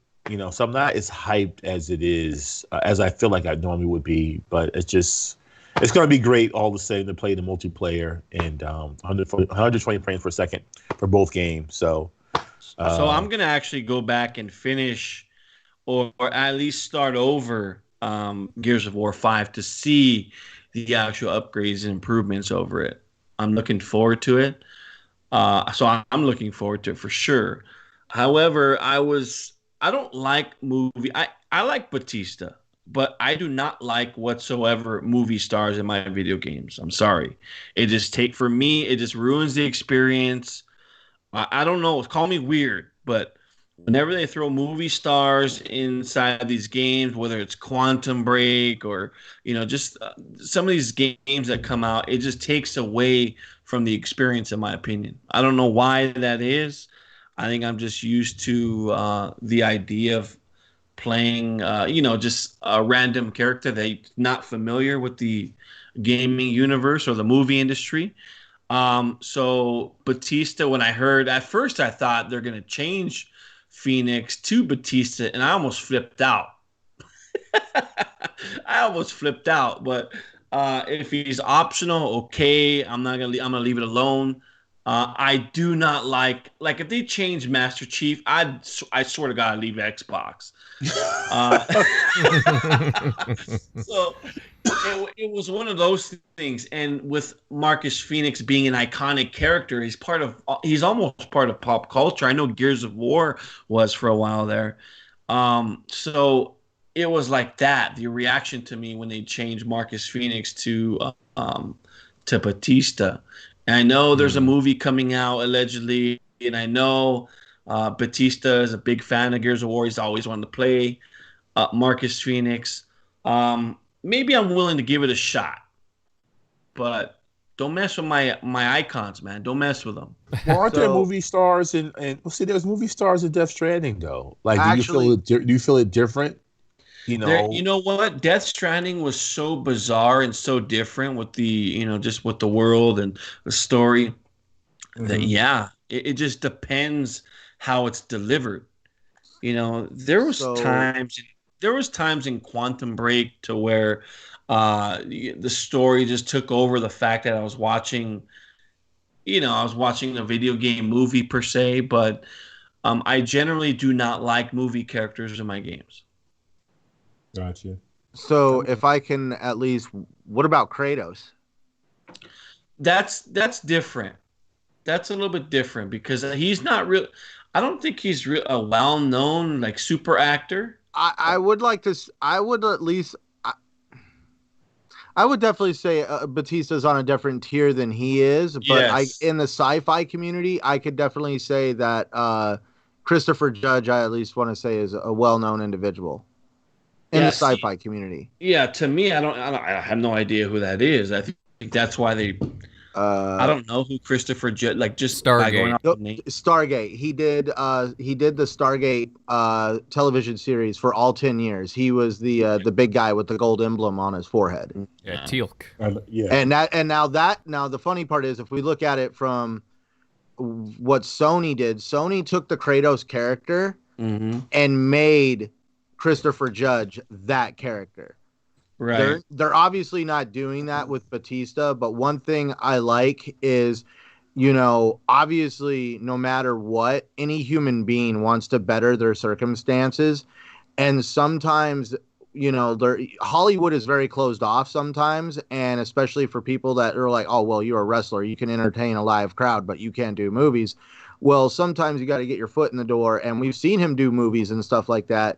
But I also do really see he definitely loves Gears of War and the character of Marcus Phoenix. And, sometimes passion like that could really create something good in any kind of entertainment industry, especially when the actor has passion for the character that they want to represent. And I'm willing to give him the benefit of the doubt for sure. And I am gonna play it as him. It's weird to me. It's foreign to me, and I don't like that. Especially, don't mess with my iconic characters. That's it. As long as they don't put Adam Sandler into any game I'm playing, I am. Oh my God. You rather than create a new character though of someone else you can play the part of, as opposed to messing something that's already great. I kind of feel you on that. Yeah. So Well, they've done similar things. Not like I'll use this example. It's not as well known a franchise, obviously, but Bulletstorm, for example. They when they redid the game for next gen, this gen of consoles, they had a deal. I guess Gearbox was publishing the game, and Gearbox allowed Duke Nukem to be used. Like they did an entirely new voiceover for the main character and used the Duke Nukem model in the game too, just to be able to play through the campaign. So very, very similar situation there. No, it's not. yeah, People Can Fly, right? That made that game. Yeah. Wasn't Well, it? granted, it's not Batista or anything like that. I'll give you that. But I mean, it's still it's very similar in that matter. Like to me, seeing Batista as his image replacing Marcus, like, again, if it's an optional skin and people want to play around with that, plus the voiceover, it's fun. I don't mind it. He looks like kind of a young Marcus still, right? Doesn't he? So he's not too far off, right? You don't think so? Yeah, he does. But I mean, man, it's just don't mess. Just because we saw him in other roles, I think we're just kind of maybe thrown off by it a little bit. Maybe I'm cool with it, but I don't know. I think he's a very versatile actor. I really do. But yeah, man, don't mess with my babies, man. Fair enough. The babies. Now, guys, on top of that, it was also announced that Gears 5 will be getting story DLC in December. It's titled Hivebusters, and it follows the Team Scorpio from the escape mode. Supposedly the playtime for this DLC, it clocks in about 3 to 4 hours. Is anybody interested in playing this, like just this add-on to the to Gears 5?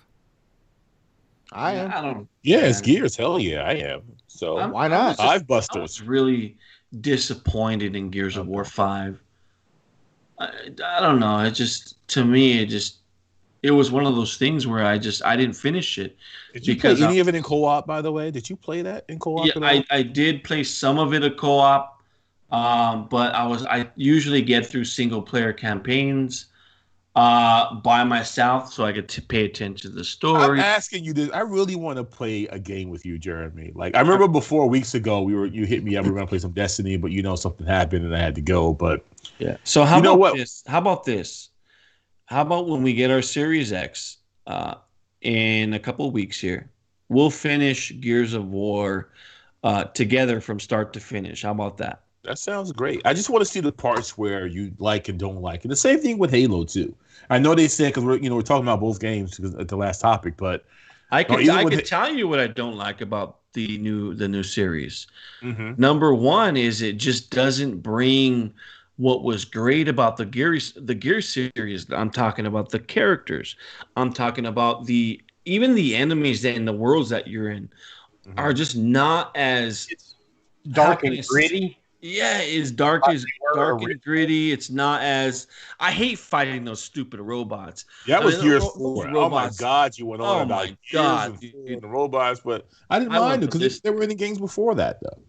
So I hear you, but I mean, I like both the games, so it's just kind of maybe you had more fun playing co-op or something, or and maybe and then you didn't feel that connection. Like when you played as Marcus Phoenix and you had that crew with you, you felt connection, and it brought that connection to the world that you're actually playing in. It made you engage with its stories, its characters, and you cared about Gears of War. Mm-hmm. I didn't care about 4 and 5. I did not. Call me weird. Dom had a big part to that. The connection with that Marcus Phoenix had with Dom was huge, and you had Coltrane, also, and the personalities they had, and they were great. I have to say, and it was good to see them. I think in 4 and 5 because that if they weren't in the games and play a part, to me, Marcus is in his tomatoes, of course. Then I think it would have swayed me to not liking the game as much. But I like, seeing Marcus Phoenix and his son and being in that world and going to the next stage of things. So I kind of enjoyed it, man. I don't know. I just really want to play co-op with you with both, like I said, Halo 5, and Gears. And they said Halo, by the way, just hold your point real quick. It was also not going to be enhanced per se, but it's going to perform better. So I guess it's going to be more of a locked 4K and I guess 60 frames per second. But go ahead.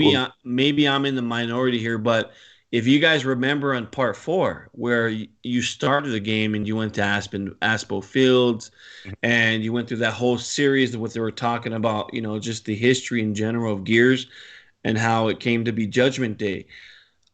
I really enjoyed the first hour, or not even hour of Gears of War and the campaign. I thought it was going to be amazing, and for some reason, it just fell off the face of the earth. I mean, it was just one of those things.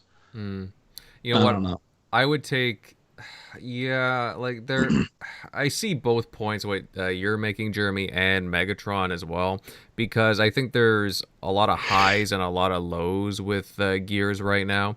Actually, I kind of.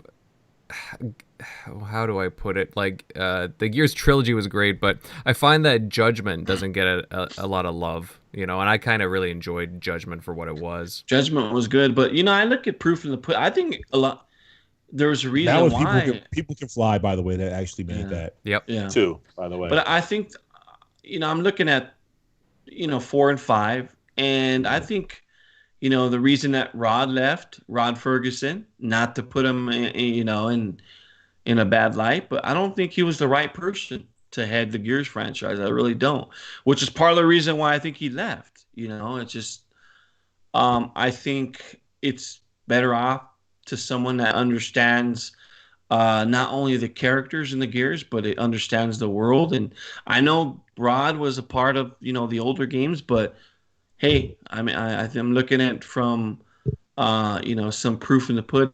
And I think maybe he wasn't the right person for the job, and part of the reason why he left. Mm-hmm. Well, that's a good guess. I want to say I think Rod did a hell of a job at Coalition, and wish him the best of luck. Where he's at now. I don't know, man. I love the game. Why do you think he did a good job? I mean, number one, because I enjoyed the game. Hold on one second. Number one, Gears 4 and 5 weren't as well as received as 1, 2, and 3. Not even 3. Mm-hmm. And to top it off, I don't think sales were even as good. Top of that. It's $1 billion franchise, right? So they say, so it was reported. You can't bring sales into it because the invention of Game Pass actually ate into the sales of Gears 5. Right. No, you're right about that. But number one, it wasn't as well received. People got upset about certain aspects of the game, especially 4 and 5. I think he took a lot of heat for that. Well, most of the complaints was always to me the campaign, right? But you think of the multiplayer side of things, which people are still playing to this day. To me, they were excellent. So I don't know. Some people don't even play the campaign when it comes to Gears. I do agree. I do agree with you on one. The multiplayer aspect of Gears has improved, definitely between 4 and 5, but I don't know. I do like the maps in 4 and 5 in multiplayer. So I give him some credit. I do give him some credit as far as that goes. And by the way, they did something with Gears now, from what I'm hearing, and with the update and everything, that it's gonna be way smoother. Especially at 120 frames per second. Did you guys see that? Yeah. Yeah, so that's great. That's great to know. It can be clunky. Gears because of its perspective, the third person view. It can get clunky sometimes. You get stuck on the wall still, and you got that shotgun play that everyone loves to hate, but loves it if you still more to me. But it's still something to look forward to. So I don't know, man. It's just I love my Gears. That's it. So we'll see. I just for me, just to kind of close this off, I kind of wish that it was mentioned in the chat, but I wish that they would go back to, I enjoyed, I remember the first game, it felt so, almost like a horror game in a lot of ways. Just, that sense of fear that you used to have with the Locust, because maybe it was because they were new, I don't know, but I miss that. It's not that, I do really enjoy what they do with, the character models and how good looking the game is, but at the same time, the trade-off is, it's not as gritty or scary. This is just my opinion, guys. But I don't even think that was it. I just think you look at it from just the the world. You visited so many different places in Gears 1, 2, and 3. Just the level variety, the campaign variety in the game, the way the character. Maybe I'm talking about this too long, but the way the characters were developed, and the way they talked to each other and spoke to each other and interacted with each other it was totally different. Definitely. Well, either way, I'm glad that they're doing these updates to the games to bring them into the fold, into the next gen, not only with the various updates and improvements, but even with Gears, just sticking with the DLC. I wish it would have came a little sooner, but at the same time, it's good to get this right out the gate for next gen. And I will definitely be diving into Gears again when the new consoles launch. Sounds like the community is still strong. According to Paris in the chat, he says they have 100K Gears esports tournament. So. Something out there, especially for the multiplayer. So we'll see. Just it's all about the story. I think that's that's where it always goes the focus on. So right, Again, we'll see. Definitely. All right, fellas, we will close things off with the final topic, and I swear the Google Stadia cannot catch a break, and and for one reason or another, with an employee making a really wild comment over social media. If you guys don't already know, Alex Hutchinson, the creative director of Stadia Games and Entertainment, formerly Typhoon Studios, which was bought a few months back by Google for the Stadia, he was commenting on recent Twitch clampdowns on basically using copyright music in videos. And he basically went on to state and suggest that streaming gameplay is a similar violation. Now, this is what he said. He stated that the real truth is that streamers should be paying the developers and publishers of the game they stream. They should be buying a license like a real business and paying for the content that they use. And wow, I gotta say that I'm pretty speechless from this. And apparently so was Google, making a statement that they said that the recent tweets by Alex Hutchinson do not reflect those of Stadia, YouTube, and Google. Ouch. Now, guys, Wow. I know a few of you on the panel would love to chime in here, but Jeremy, I'll kick it off with you. Wow, how out of touch is a statement? Because we're advertising the games for these companies, right? Yeah, exactly. Look, what Alex said was moronic. Like you said, even Google came out against them. I can argue that streaming is one of the biggest reasons why gaming has consumed entertainment life as we know it, right? Would you guys agree on that? Definitely. So whether the game is given to a streamer, paid, or paid by them, it's marketing the game, just like Invader said. Essentially free advertising in many ways, if you think about it. But you've seen the reaction on social media. People are tearing this guy to shreds. I'm pretty sure he got death threats over this because people are just freaking out. It's not a good look for Google, which is why, again, they came out and said what they said. And it's not a good look for Stadia, it's the same thing. Which is why they came out against him immediately. I just think when you're in the public view, right, and whether you're a developer, whether you're a VP, whether you're someone that has a leadership role, you got to be mindful of what you say, because what you say in this social media day and age can affect not only your consumer base, it's just a downward spiral from everything. Stock market, stock market. It just affects every aspect of business. Keep your mouth shut. Don't say anything stupid like me. Yeah, it's just one of those things. Don't be a downer. Yeah. Yeah, be an upper. Yeah, that's right. No, so has he tweeted anything since, or does anyone? Because I haven't known anything about this until you. Well, didn't he say something about going to stream games a couple hours later? He did. Look. I know what point he was trying to make, and he brought up it was a good point, but it wasn't received as such. Okay. He was talking about, and he was comparing it to the music industry, which I get it. And to his credit, okay, he made a point. I get what he was saying. But again, people are so goddamn sensitive nowadays. You say one bad thing, gets blown out of proportion. People start talking about it for 2 or 3 days, and it just spreads like wildfire. And you just got to be mindful of what you say. Not me, because I'm not a public figure. I'm not a head of a corporation, or I don't work for Google. I don't work for State. Exactly. I work for myself. But just be mindful of what you say, because it's gonna people on social media are crazy. Let's put it plain. People on social media are crazy. They screenshotted it, and it's gonna come up a year from now. You see what they did with Ryan McCaffrey. Yeah. So they're gonna keep that, and every time he speaks, they're gonna just kind of make a little post and then watch him go on a blocking spree. You guys have heard the analogy: the internet never forgets, right? The internet never forgets, and these gamers never forget. Oh, that's You're right. I've seen dudes go back 4 and 5 years and pull tweets. Exactly.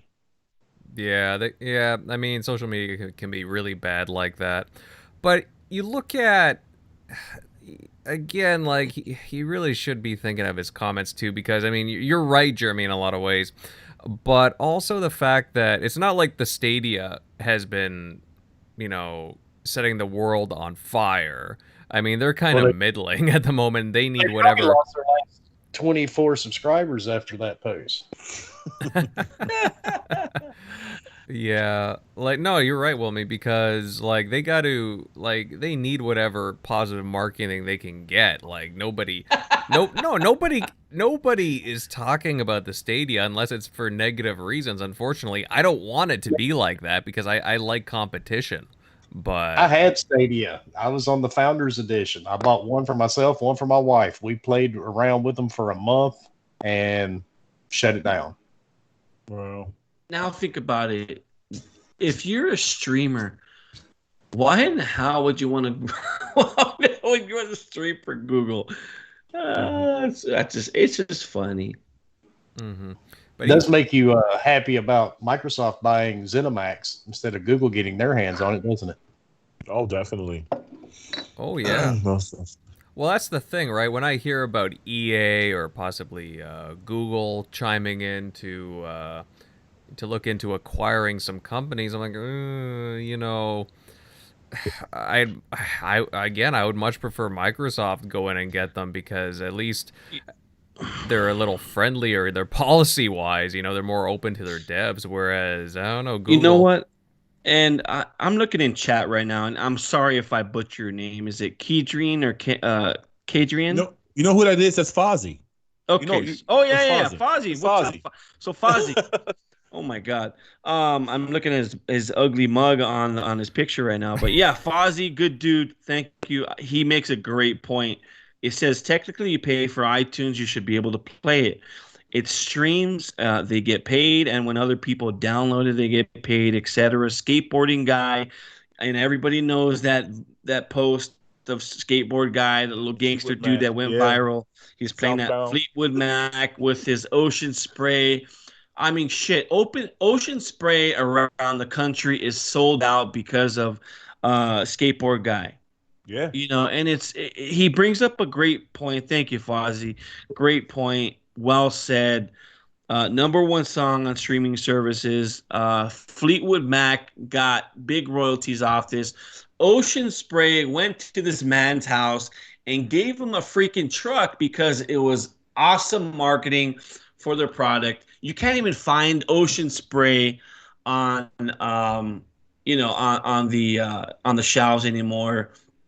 So yeah, nowadays.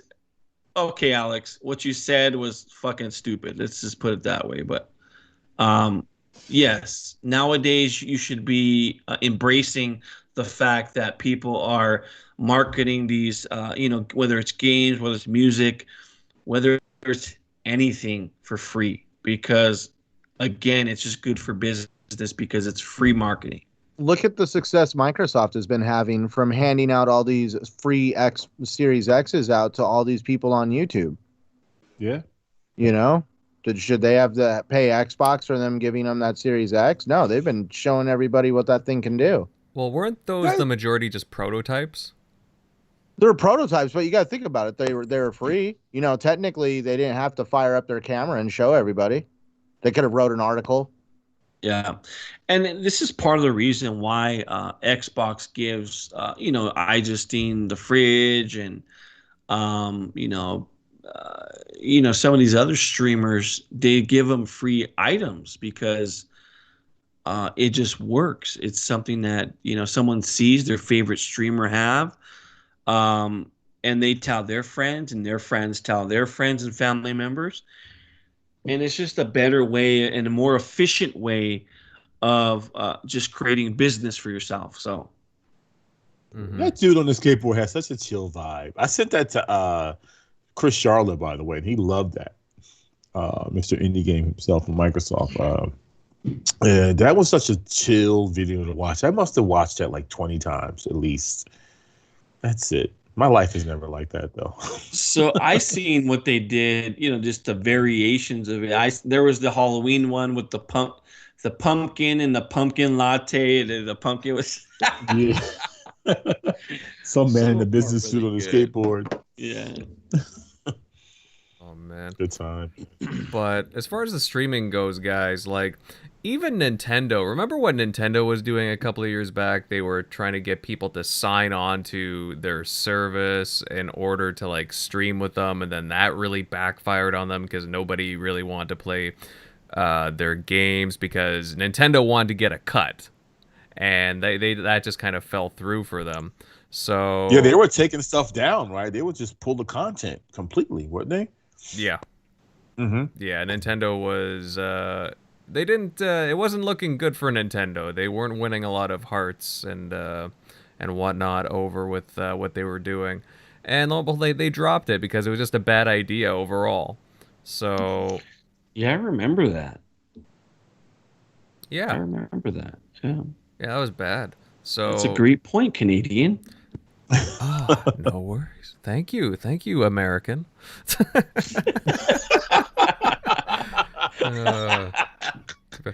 Well, I guess I can't get away with saying that because there's multiple Americans on it, and I'm the only Canadian, so there. But yeah, guys, it's very interesting. Really, the thing that came up during the week with the whole Google Stadia. Yeah, I can't see that guy posting anything in the next couple of weeks. Let that die down. But I mean, hopefully, I really want the Stadia to get a couple of like really good exclusives. Don't they have like Baldur's Gate, for example, on there? That's exclusive. And I thought, what was it? Yeah, Serious Sam? Yeah, right. They brought in Serious Sam, and I think Baldur's Gate is currently in the works, I think. They're making them exclusive? Yeah, Baldur's Gate is going to be an exclusive. Nobody cares about... Serious Sam is a great game, but Baldur's Gate is super famous. I mean, you think it's going to pull people in? I mean, because then at that point, it's going to be like, well, that's where games go to die, like the tar pits with dinosaurs. It's like, why do that? I mean, if you're going to, I'm like, why really? I mean, what did they pay for that? Like, I don't know. Just blows my mind. I don't know. Baldur's Gate. I haven't played Baldur's Gate in eons. Actually, I'll be honest, I haven't played it, but I've seen screenshots and video of the latest one. It does look pretty cool. So, I mean, I don't have a Stadia, but I'll keep up to date on it. It's definitely catching my eye. Yeah, I love Baldur's Gate, the Baldur's Gate series. It was big. Well, it first came to consoles, I believe, when the original Xbox came out on the PlayStation 2. We're talking Baldur's Gate, and then Baldur's Gate Dark Alliance came out. So yeah, very famous, very popular games. Totally. Okay, guys, I think on that note, that about does it for tonight's show. And really entertaining show. Great talk tonight on all kinds of topics, and even going a little off track at times. But hey, guys, it made for some pretty good commentary. Again, the topics ranged from new Scorn gameplay, teases from Phil Spencer on Game Pass tiers, and an Xbox streaming stick, and so much more. And I gotta say, a huge shout out to everyone that joined us tonight. Really lively chat as per usual. And guys, if you haven't done so already, please consider leaving a like, sharing this episode out on social media, and subscribe for more TXR content. Again, wonderful show. I can't say that enough. Now let's get to the panel outros. And of course, I'll start with our guest, WilmyHood. Wilmy, it was a real treat having you on the show, and I really appreciate your down-to-earth commentary on everything. I love the stuff that you do on your podcast, Gaming Beyond the Box, with Fork Boy and all the crew there. Where can everybody find your content and follow you at? Oh, that's super easy. You can find me every Wednesday night at 8 p.m. Eastern at Gaming Beyond the Box. And that is on, just look up WilmyHood on YouTube. You can find me on every game console besides Stadia. Yeah, I just canceled it. And you can find me on Steam and the Epic Store. All under WilmyHood. And Twitter, right? That's your Twitter handle, because you have a very entertaining and comical timeline, I must say, on Twitter. Oh, the funny part, man, I have 50,000 people blocked, and I still see these stupid people every day, dude. Mm-hmm. And I actually had a guy come at me this morning. He's like, well, I can't believe you don't do console wars, man. That's stupid. That's being a coward. I'm like, you're being a dumbass. Get off my feed. So, yeah, people, I don't know, man. Social media, it worries you at times. Go figure. Those keyboard warriors, man. Never fails. Daily. 24/7. Hey, I'm a keyboard warrior. Shut up. No, you're It's a troll. morphin' time. Oh man, yeah, but thanks, Wilmy, for joining us. We'll definitely have you on again at some point, buddy. Oh, and before I forget, Victor Alistine with the $5 super chat support. Would Sonic work in an Ori-like format? What do you guys That would think? be something. Hell yeah. I wouldn't mind seeing them changing up. Adding some Sonic DLC into Ori in the Will of the Wisp. How about this? I got a better one for you. How about Moon Studios makes a Sonic game? There you go. Oh, well, that Ooh. would definitely be a spin on things. Yeah, that would work Yeah. too. I'm just thinking of like a Moon Studios, yeah, a styled like Sonic game in the vein of Ori, and just like seeing all that detail, like not pixelated, but like, you know, in that Ori kind of a hand-drawn style. And man, I actually would be really, really interested in seeing that. Yeah, it would be cool. I don't know. Might have to talk to Phil about that. Then again, they're buying Sega, right? So.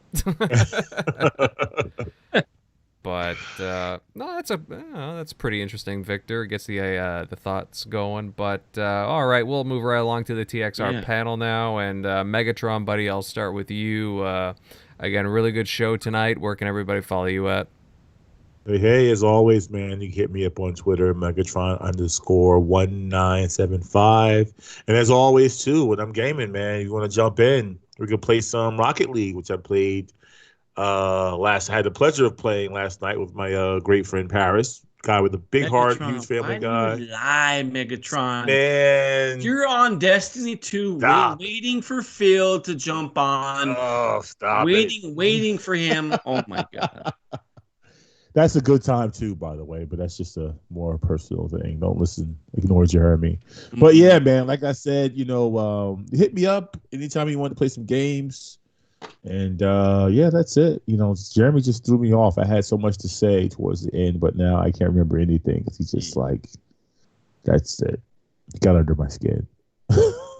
Well, he has a habit of doing that, but we still put up with him, right? We do. All right, moving down the list here. Okay, I'll move on to Jeremy next, buddy. Again, some really good commentary tonight. Where can everybody find you at? Yes, you can find me on Xbox at DownerSpaceJ. You can also find me on Twitter at LoneMasterWho07. WilmyHood, thank you for coming on. I really appreciate it, even though you brought absolutely nothing to the table tonight. But thank you. Appreciate it. There's another block for you, WilmyHood, when you get off. And that's what I gotta love this guy. Yes, it was awesome to have you on too. By the way, before I was rudely cut off by Jeremy, so I'll cut him off and say thanks for coming through, bro. Appreciate it. All right, thanks for saving him, by the way. Buddy. Anyways, moving on to Centurion, buddy. 50 Cent. Awesome show, pal. Where can everybody follow you? Oh man, for those wanting to, you could definitely find me at Centurion1307 on YouTube, Xbox, and Twitter. And thank you to WilmyHood for being here. Awesome guy, very generous dude. Every interaction I've had with him has been absolutely awesome. And yeah, thanks for being here. Well, he's not here anymore. I don't. Oh my god. Well, I love the main master, WilmyHood. Seeing his posts on Twitter kind of gets me through the day. To be honest, I really like his stuff and his humor. As always, guys, I'm Invader. You guys can follow my content over on YouTube at Invader Gaming, and you can find me on Twitter at Invader_1986. Great show tonight, fellas, and we cannot wait to see you all here next Sunday. Good night, guys. Happy Halloween.